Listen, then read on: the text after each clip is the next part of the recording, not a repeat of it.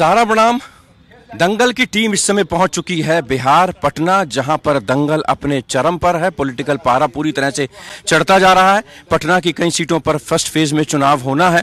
आपको बता दें, लगातार इस समय हमारी टीम गांधी मैदान में मौजूद है, जो कि अपने आप में ऐतिहासिक धरोहर समेटे हुए है।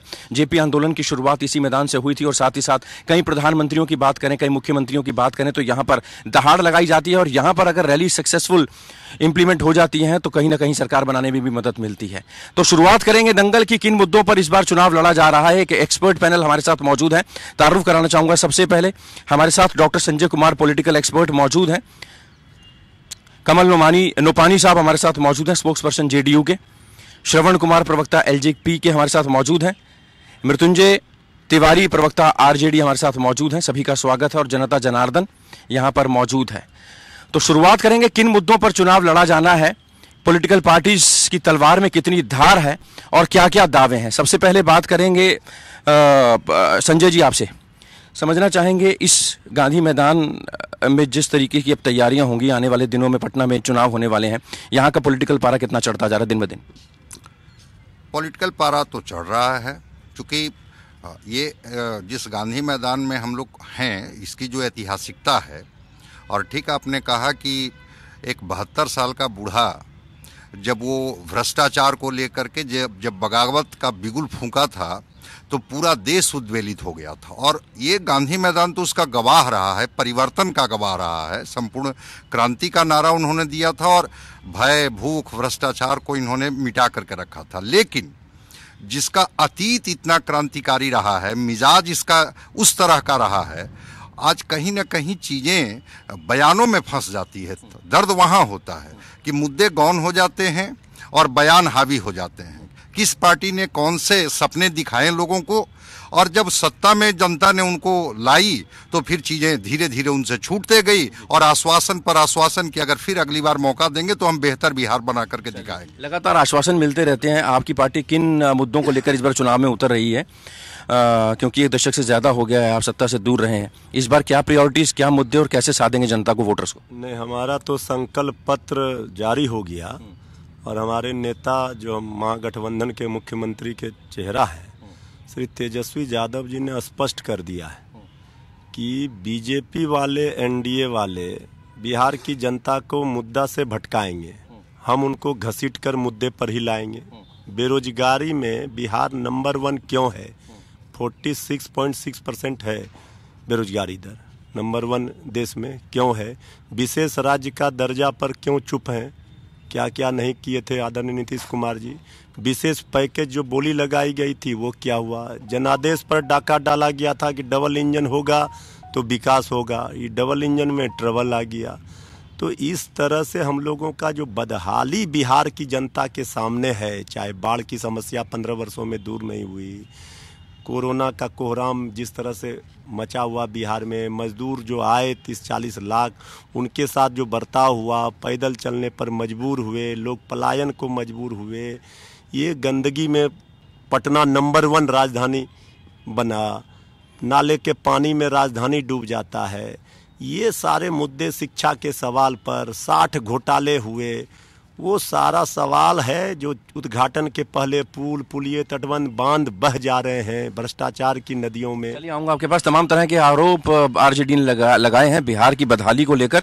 जेडीयू के प्रवक्ता कमल नोपानी साहब हमारे साथ मौजूद हैं। कमल जी, आपसे समझना चाहेंगे, जिस तरीके से आरोप लगा रहा है विपक्ष की कोई काम नहीं हुआ 15 सालों में, नाले के पानी से पटना बह जाता है, बेरोजगारी है और कोरोना काल में तो और ज़्यादा बुरे हालात हो गए हैं, क्या जवाब है? क्योंकि अब चुनाव का वक्त आ गया है, इलेक्ट्रॉनिक वोटिंग मशीन में वोटर जो है वो बटन दबाएगा, ये मुद्दे उसके भी जहन में रहेंगे। जी जी जी, ऐसा है सर कि बिहार में 15 साल में जो माननीय मुख्यमंत्री जी ने काम किए विकास के, उस मुद्दे पर हम लोग चुनाव में जा रहे हैं और ये स्पष्ट है। आज बिहार में किसी भी क्षेत्र में आप बात करके देखें, चाहे वो बिजली का क्षेत्र हो, आज कहा जाता है कि रोजगार नहीं है, दुकानदार परेशान है, एक दुकानदार, अच्छे दुकानदार को यदि 50,000 रुपये महीने का पहले डीजल लगता था तो आज मात्र 5,000 रुपये महीने का डीजल लग रहा है। तो विकास की वजह से ये संभव हो पाया। बेरोजगारी है, भूखमरी है, प्रवासी मजदूर जो यहाँ पर आए हैं दोबारा काम करने के लिए बाहर जाना पड़ रहा है, यहाँ पर रोजगार नहीं है। कोरोना काल में सरकार उतने अच्छे से हैंडल नहीं कर पाई, इनका जवाब दीजिए। जी, सरकार एकदम कैसे नहीं, जितने भी गरीब मजदूर आए हैं, जितने राशन पानी की व्यवस्था, उनके खाते में पैसा डालना, जितनी ईमानदारी पूर्वक बिहार सरकार ने काम किया है। और ये तो मुद्दे लोग भटकाने के लिए कर रहे हैं कि मजदूर आए हैं तो वापस भी जा रहे हैं काम में, लोग बुला रहे हैं इंडस्ट्रीज वाले। आज चूंकि बिहार सबसे बड़ा कंज्यूमर मार्केट है हिंदुस्तान का, आज जिस 2090 में जो बजट 25,000 करोड़ रुपए का था, आज 2020 में वो बजट जो है 2,26,000 करोड़ रुपए। चलिए, अपनी पीठ थपथपा रही है सरकार का कहना है कि जितने काम 15 साल में हुए हैं उतने काम उससे पहले कभी नहीं हुए। श्रवण कुमार हमारे साथ मौजूद हैं, प्रवक्ता एलजेपी के। क्या वजह रही, आप अलग हो गए और अलग रास्ता अख्तियार किया आपने? देखिए, आज हम लोग गांधी मैदान में हैं और ये गांधी मैदान परिवर्तन का साक्षी रहा है। लोकनायक ने यहीं से दहाड़ लगाया था, सिंहासन खाली करो कि जनता आती है। आज ये दीवार परतों की तरह हिलने लगी, शर्त ये थी कि ये बुनियाद हिलनी चाहिए।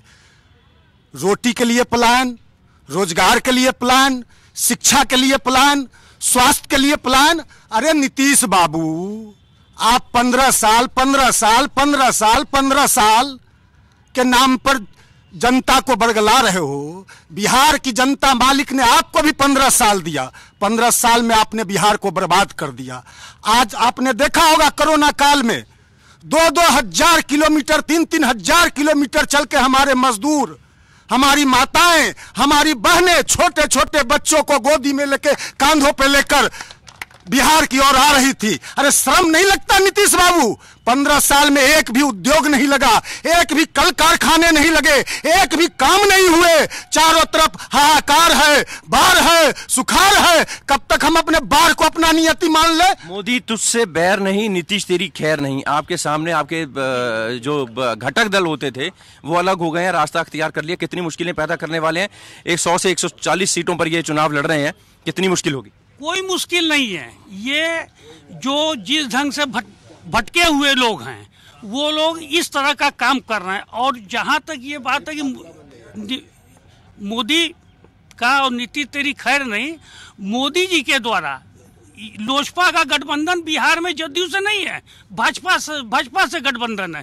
तो वो भाजपा उनको देख रही है, हम लोगों को कहाँ देखना है? हम लोग को देखने की जरूरत नहीं है। और 1,000-2,000 वोट काटने से चुनाव कोई प्रभावित नहीं होगा।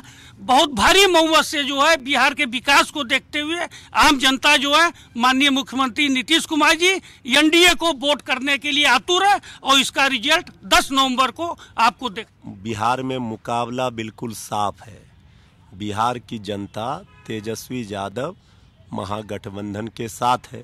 लालू प्रसाद जी ने 15 वर्षों में सामाजिक न्याय हो, चाहे जो समाज के अंतिम पंक्ति में बैठे व्यक्ति हो, उनको जो आवाज़ दिया, इसको कोई भुला सकता है, कोई मिटा सकता है क्या? और इन्होंने 15 वर्षों तक क्या किया? 15 काम गिनाने के लिए नहीं है। हम पूछ रहे हैं बेरोजगारी में नंबर 1 बिहार क्यों बना, तो ये कह रहे हैं कि हमको जनता फिर देगी। ये जनता को बेवकूफ़ समझ लिए हैं क्या? बिहार की जनता पाई पाई का हिसाब लेगी। लालू प्रसाद यादव आपके पोस्टर बैनर से क्यों नदारद हैं? लालू प्रसाद जी विचारधारा बन चुके हैं। लालू प्रसाद जी के लाल हैं ना, जो उनकी लड़ाई को लड़ रहे हैं। तेजस्वी यादव उनकी लड़ाई को लड़ रहे हैं और ये लोग पोस्टर के फेर में पड़े हुए हैं। हम लोग पोस्टर तो जनता के दिलों में लालू प्रसाद जी का लगा हुआ है, वहाँ से कहाँ से निकालेंगे? 15 वर्षों से हम लोगों से कुछ गलती हुई, ये जो धारणा बना दिया तो तेजस्वी यादव जी ने माफ़ी भी मांग लिया। इनका अहंकार देखिए।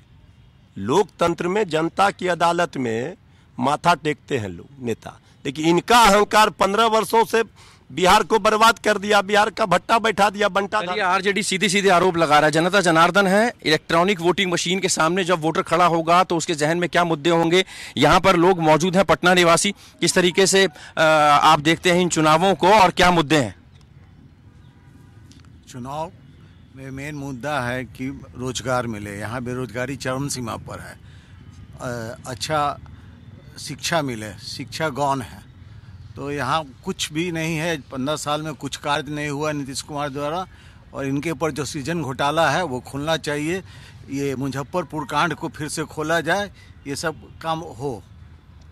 आपसे समझना चाहेंगे, आपका नाम, आप कहाँ रहते हैं, और जब वोटिंग इलेक्ट्रॉनिक वोटिंग मशीन में वोट करने का टाइम होगा, कौन से ऐसे मुद्दे होंगे? राष्ट्रवाद होगा कि बाढ़ होगी? कौन से ऐसे मुद्दे होंगे? लोकल इश्यूज पर वोट करेंगे? सबसे बड़ा तो मैं सहारा इंडिया को धन्यवाद देता हूं कि गांधी मैदान ऐसी पवित्र धरती पर, जिसकी पवित्रता की कसम खा के बहुत बड़े बड़े नेता बहुत आगे चले गए। सबसे पहली बात तो मैं भाजपा के लोगों से पूछता हूं और जदयू के लोगों से, यहाँ से 20 से 25 बरस से, जब से हमारी होश आई है, हमारी याद आई है, जब से हमारी राजनीतिक जीवन भी चालू हुई है, मैंने देखा कि भाजपा यहाँ पे सरकार में है, विधायक है, उनके पिताजी भी विधायक थे। लेकिन यहाँ पे कोई भी आदमी कह दे कि बांकीपुर में कोई भी पार्टी का प्रत्याशी हो, कांग्रेस का भी प्रत्याशी हो, अगर कोई आदमी अगर उसको साल, 1.5 साल, 2 साल में भी एक बार देखता होगा तो नहीं पता चलता। उनको देखता कब है कि टीवी के माध्यम से वो 15 वर्षों के कार्यकाल में जो शराब माफियागिरी, जो अड्डागिरी, हर चौक चौराहे पे जो अतिक्रमण, हर माँ बहनों का डेली इज्जत लूटना, इन सब चीज़ों पर विचार करना चाहिए। और बीजेपी के लोग हम लोगों को 15 साल में हम लोगों के यहाँ ठगने का काम किया। मैं पूरे बिहार का वर्णन नहीं करता, बिहार का तो बहुत ही बदहाल हालत है। आप पटना में चलिए, हमारे मोहल्ला गोरिया टोली में चलिए, जमाल रोड में चलिए, सरेआम कोरियर वाला, ट्रांसपोर्ट वाला, रोड पे माल रखा हुआ है, थाना से मिला के दारू है। आपको कोई भी चाय का दुकान है, वह नाम मात्र का चाय का दुकान है, वह मोदी के नाम पर चाय की दुकान चल रही है, लेकिन वह जस्ट लाइक नीतीश की शराब खाना है। मुद्दा ये है कि यहाँ के बच्चे जो पढ़ने लिखने वाले हैं, यहाँ उचित व्यवस्था नहीं होने के चलते वो लोग बाहर में जा रहे हैं पढ़ने के लिए। बाहर में जाने के लिए एक मध्यम वर्गीय परिवार के बच्चे अफोर्ड नहीं कर सकते हैं। तो हम चाहेंगे कि शिक्षा का जो बदहाली है हमारे बिहार में, उसको ढंग से उसको खोला जाए। और स्वास्थ्य तो बिहार का एकदम चरमर है। देखिए, इस बार बदलाव की भारी आंधी है, तूफान मचा हुआ है, और 10 लाख युवाओं को रोजगार देने की बात जो तेजस्वी यादव कर रहे हैं वो बहुत हिट कर रहा है। और वो बार बार बोल रहे हैं कि पहला कैबिनेट में करेंगे। यहाँ रोजगार एक भी नहीं है, जुआ त्राहिमाम है। तो इसलिए इस पर भारी बदलाव की आंधी है, और युवाओं में काफी करंट है, और कोई जात पात नहीं है इस बार। कोई न भूमिहार है, न राजपूत है, न जादव है, न कोयरी है, न कुर्मी है, कोई जात पात न बनिया है। सारा जात पात से ऊपर उठ करके इस बार बदलाव करेगा और नीतीश जी को विदाई करेगा। चलिए, नीतीश कुमार की विदाई होने वाली है। पॉलिटिकल एक्सपर्ट हमारे साथ मौजूद है, आऊँगा आपके पास में, अभी आता हूँ। संजय जी, बदलाव की बयार है और लोग यहाँ पर खासे गुस्से में दिखाई दे रहे हैं, और एंटी इनकम्बेंसी फैक्टर भी दिखाई दे रहा है। आपको लगता है इस बार बदलाव होगा?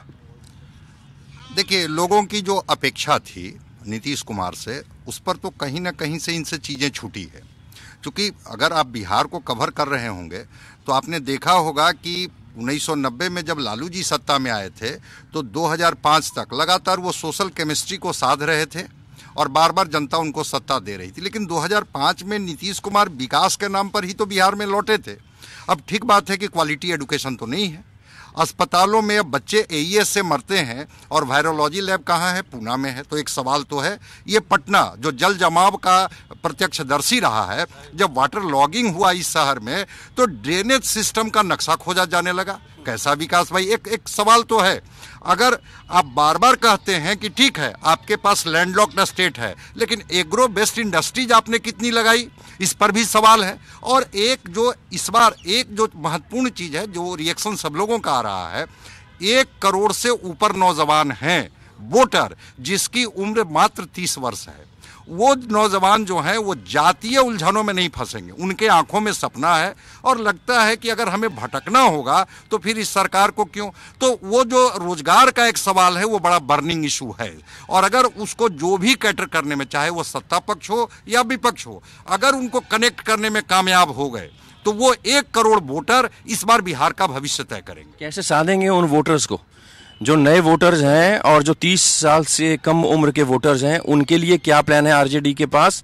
और बेरोजगारी एक बड़ा मुद्दा बन रही है। देखिए, मुद्दा तो हमने बनाया ना, हमारे नेता ने स्पष्ट कहा कि हम पहले कैबिनेट में पहले हस्ताक्षर से जो बेरोजगारी का आतंक है उसको समाप्त करेंगे, युवाओं को रोजगार देंगे, सरकारी नौकरी देंगे।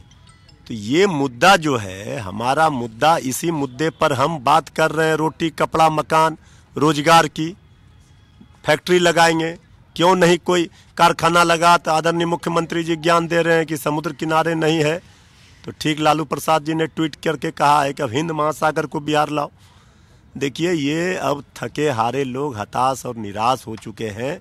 इन्होंने 15 वर्षों तक कुछ नहीं किया, बेशर्मी की प्रकाष्ठा है। जनता के बीच में तो जा रहे थे इनके मंत्री नेता विधायक, खदेड़ कर जनता भगा रही थी। आज देखिए तेजस्वी यादव जी की सभाओं में किस तरह से भीड़ उमड़ रही है।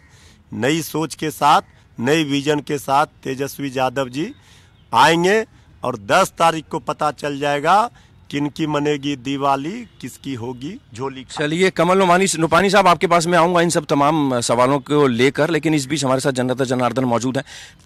अभी तक तो सरकार के कार्यों से मैं खुश नहीं हूं। मैं बाकरगंज गोला रोड में रहता हूं, मेरा नाम कन्हैया लाल है और मैं यहां प्रतिदिन आता हूं गांधी मैदान में। लेकिन ये गांधी मैदान भी लगता है कि सरकार अपना बपौती बना लिया।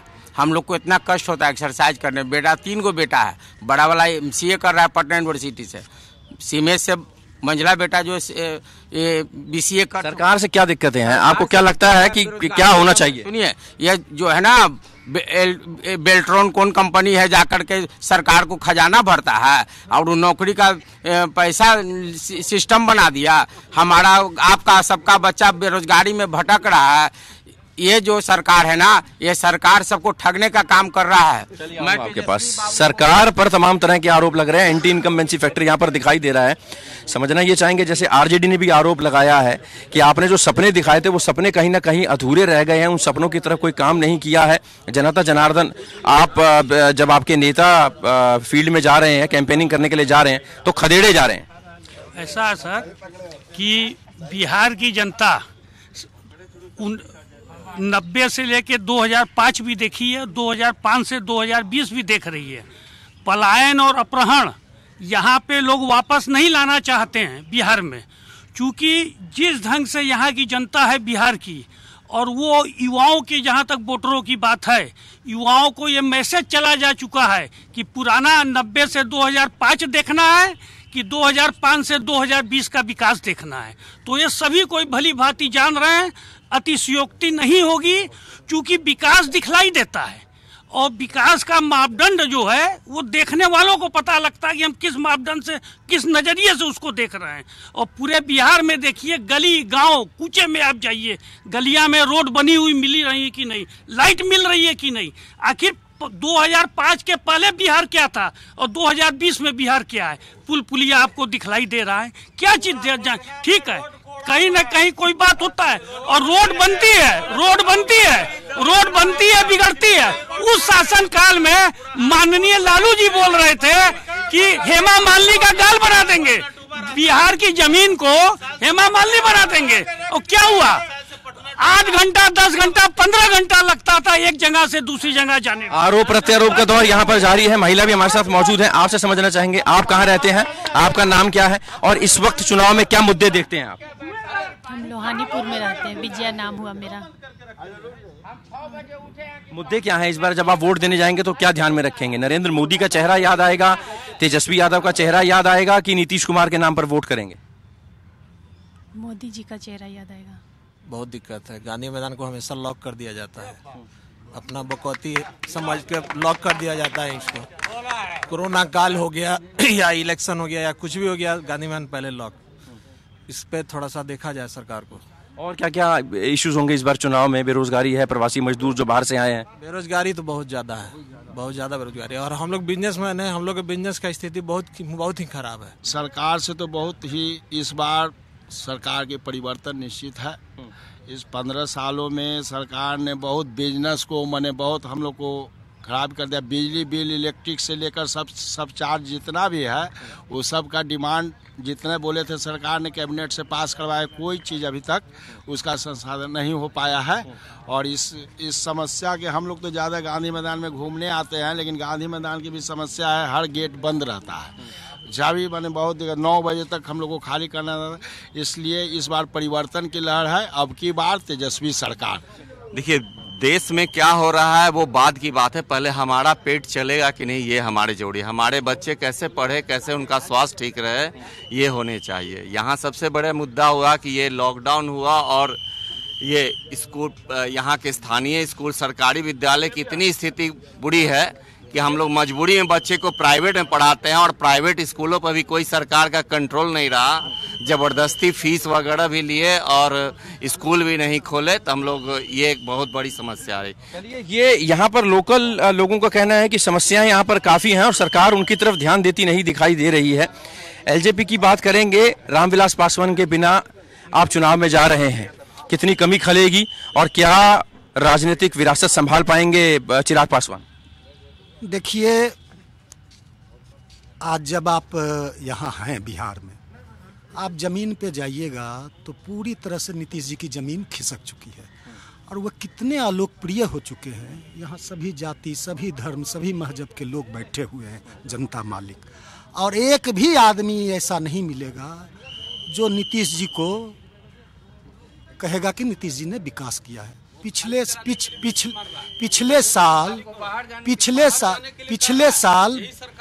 साल मात्र 2 दिन के बारिश में पटना बाढ़ की स्थिति हो गई थी। लेकिन तमाम पॉलिटिकल पार्टीज ये कह रही हैं कि एलजेपी जो है वो भारतीय जनता पार्टी की बी पार्टी है, चुनावों के बाद ये सब साठगांठ कर लेंगे, जहां सीटों की कमी अगर पड़ेगी तो आप चले जाएंगे और वहां पर सरकार बनाने में मदद कर देंगे। देखिए, निश्चित रूप से हमारे नेता आदरणीय राष्ट्रीय अध्यक्ष चिराग पासवान जी ने नरेंद्र मोदी जी को अपना आदर्श माना है और देश के लोकप्रिय जनप्रिय प्रधानमंत्री आदरणीय नरेंद्र मोदी जी के नेतृत्व में जो विकास हुए हैं, हम चाहते हैं कि यहाँ जो डबल इंजन की सरकार, नीतीश जी कहते हैं डबल इंजन की सरकार है, डबल इंजन की सरकार का जो पहला इंजन है वो पूरी तरह से ड्रेल हो चुका है, फेल हो चुका है। इंजन बदलने की ज़रूरत है और निश्चित रूप से देखिएगा 10 तारीख के बाद जो परिणाम आएंगे, यह युवा बिहार है, आज का बिहार युवा बिहार है और नौजवान बिहार है। 70% जो मतदाता हैं आज नौजवान हैं और हमारे नेता भी नौजवान हैं और पूरी तरह से आदरणीय नेता रामविलास पासवान जी ने जो 50 वर्षों के अपने संसदीय और सामाजिक और राजनीतिक जीवन में जो बिहार के और बिहार वासियों के लिए काम किया है, और आज दिवंगत नेता हमारे रामविलास पासवान जी के पुत्र आदरणीय चिराग पासवान जी को बिहार की जनता आशीर्वाद देगी। चलिए, अपने अपने दावे हैं, आपसे समझना चाहेंगे। सर, आपका नाम क्या है, आप कहाँ रहते हैं और इस बार चुनावों में क्या मुद्दे रहेंगे? तो किसी की सरकार बने, यह प्रजातंत्र है। प्रजातंत्र का मतलब होता है प्रजा की आवाज़ सुना जाए। अब कोई भी मुख्यमंत्री बनते हैं वो अपने आप को बहुत होशियार समझते हैं कि मैं जो हूँ सर्वज्ञानी हूँ, सारा ज्ञान मेरे पास है, तब यह प्रजातंत्र का यहीं पर अंत हो जाता है। जिसकी भी सरकार बने, हम तो सबके साथ हैं, एक योगाचार्य हैं, सबको आशीर्वाद देते हैं, लेकिन प्रजातंत्र के इसेंस को बनाए रखें। चलिए, यहाँ पर तमाम तरह की दिक्कतें हैं, लेकिन अगर मुख्यमंत्री की बात करें तो भारतीय जनता पार्टी ने बड़ा भाई माना है नीतीश कुमार को, बड़ी पार्टी माना है, लेकिन बावजूद उसके बागी जो हैं वो एक बड़ा फैक्टर निभाने वाले हैं। जो बागी आपकी सरकार से नाखुश हैं या जिनको आपने टिकट नहीं दिया है, वो एलजेपी से टिकट लड़ रहे हैं, कहीं निर्दलीय टिकट से लड़ रहे हैं, निर्दलीय से लड़ रहे हैं। तो ऐसे में वो बागियों से कैसे निपटेंगे और वो कितनी बड़ी दिक्कतें, कितना बड़ा चैलेंज होगा आने वाले दिनों में? देखिए, जो चुनाव हो रहा है, बागी लोग निश्चित रूप से कुछ हैं, और जैसा कि एनडीए गवर्नमेंट में माननीय मुख्यमंत्री के द्वारा 2 साल 1.5 साल अगर छोड़ दिया जाए, टोटल एनडीए से लगातार संपर्क से और काम सत्ता में बने हुए हैं। और इसके बावजूद यदि जो है कि जो लोग आ गए हैं लड़ने के लिए, उनको वो वोट काटने का सिर्फ काम कर रहे हैं, और वोट काटने के अलावा कोई भी कहीं भी, चूंकि बिहार में एनडीए हैं और एनडीए में अमित शाह जी ने, सुशील मोदी जी ने, सभी ने ये स्पष्ट कर दिया है कि बिहार में भाजपा जनता दल यू और माननीय जीतन राम मांझी जी की पार्टी और वीआईपी पार्टी, इन चारों का इंटेक्ट है, तो लोजपा कहीं है ही नहीं हम लोग के साथ बिहार में, तो उसका कोई प्रश्न ही नहीं उठता। आपका कोई आधार नहीं है, आप बिहार चुनाव में कोई स्टैंड नहीं ले रहे और आप अपनी उपस्थिति भी उतने अच्छे तरीके से दर्ज नहीं करा पाएंगे। देखिए, इनको हैसियत बता देगी, 10 तारीख को परिणाम आने दीजिए। लोजपा की स्थिति 2 मिनट, यही गांधी मैदान है। इसी गांधी मैदान में देश के प्रधानमंत्री नरेंद्र मोदी जी 2014 में बम धमाकों के बीच रैली को संबोधित कर रहे थे, और उस समय इन्हीं के नीतीश जी नेता ने कहा था बीजेपी मतलब बड़का झुट्टा पार्टी, मिट्टी में मिल जाएंगे, भाजपा के साथ नहीं जाएंगे, मिट्टी में मिल जाएंगे, बीजेपी के साथ नहीं जाएंगे। आज किस मुंह से भाजपा के साथ वोट मांग रहे हैं? और निश्चित रूप से परिणाम आने दीजिए। लोक जनशक्ति पार्टी के समर्थन से, चिराग पासवान जी के समर्थन से यहाँ मुख्यमंत्री होगा, बिहार का विकास होगा, बिहार फर्स्ट, बिहारी फर्स्ट, जो लोक जनशक्ति पार्टी का संकल्प है, नारा है, इसको लेकर हम निकल पड़े हैं जनता के बीच। और 10 तारीख को जो परिणाम आएगा निश्चित रूप से लोक जनशक्ति पार्टी के पक्ष में आएगा। जनता पूरी तरह से इनको उखाड़ के फेंकने का काम करेगी। 10 तारीख को ये देख लीजिए। चलिए मृत्युंजय जी, भारतीय जनता पार्टी का कहना है, जेडीयू का कहना है कि जब मुद्दों की बात होती है, जब हम अपने विकास की बात करते हैं, तब आप लोगों को भटकाने का काम करते हैं। अब कितना दिन तक ये विकास का बात करते रहेंगे? 15 वर्षों तक तो सत्ता इनको दिया ना जनता ने। 40 में 39 सांसद एनडीए को मिला। 1 वर्षों में इन्होंने दिखा दिया कि बिहार की उपेक्षा किस तरह होती है। तो देखिए, इनके कहने से कुछ नहीं होता है। बिहार की जनता पूरी तरह से इंटैक्ट है, महागठबंधन के साथ बदलाव चाह रही है, और तेजस्वी यादव जी में 12 करोड़ जनता अपना भविष्य देख रही है। इसलिए ये बोलते रहे, 10 तारीख तक इनको अधिकार है, किसी का कुछ नहीं होने वाला है। 15 वर्ष काफी होते हैं। 15 वर्षों में देख लिए पब्लिक क्या कह रहा है। जो पब्लिक दिल खोल कर वोट दे रहा था जनता, वही अब सवाल खड़े कर रहे हैं। जीतने के बाद अगर सरकार बनती है, तेजस्वी यादव मुख्यमंत्री बनते हैं, तो पहले 2 काम। पहला, कैबिनेट में तो बोल दिया गया हस्ताक्षर से सरकारी नौकरी, और दूसरा किसान का कर्ज माफी किसानों के साथ, वो भी हम लोगों ने कहा है। नौजवान किसान शिक्षा और स्वास्थ्य, और यहाँ पर जितने औद्योगिक घरानों को आमंत्रित करके विकसित करना बिहार को, यहाँ और दूसरे सेक्टर में कैसे रोजगार के अवसर प्रदान किए जाएं, जो फैक्ट्री बंद पड़े हैं उसको कैसे चालू कराए जाएं, ये सारे मुद्दे हैं। और बिहार की जनता का जो वाजिब हक और हकूक है उसको लाकर दिलाना।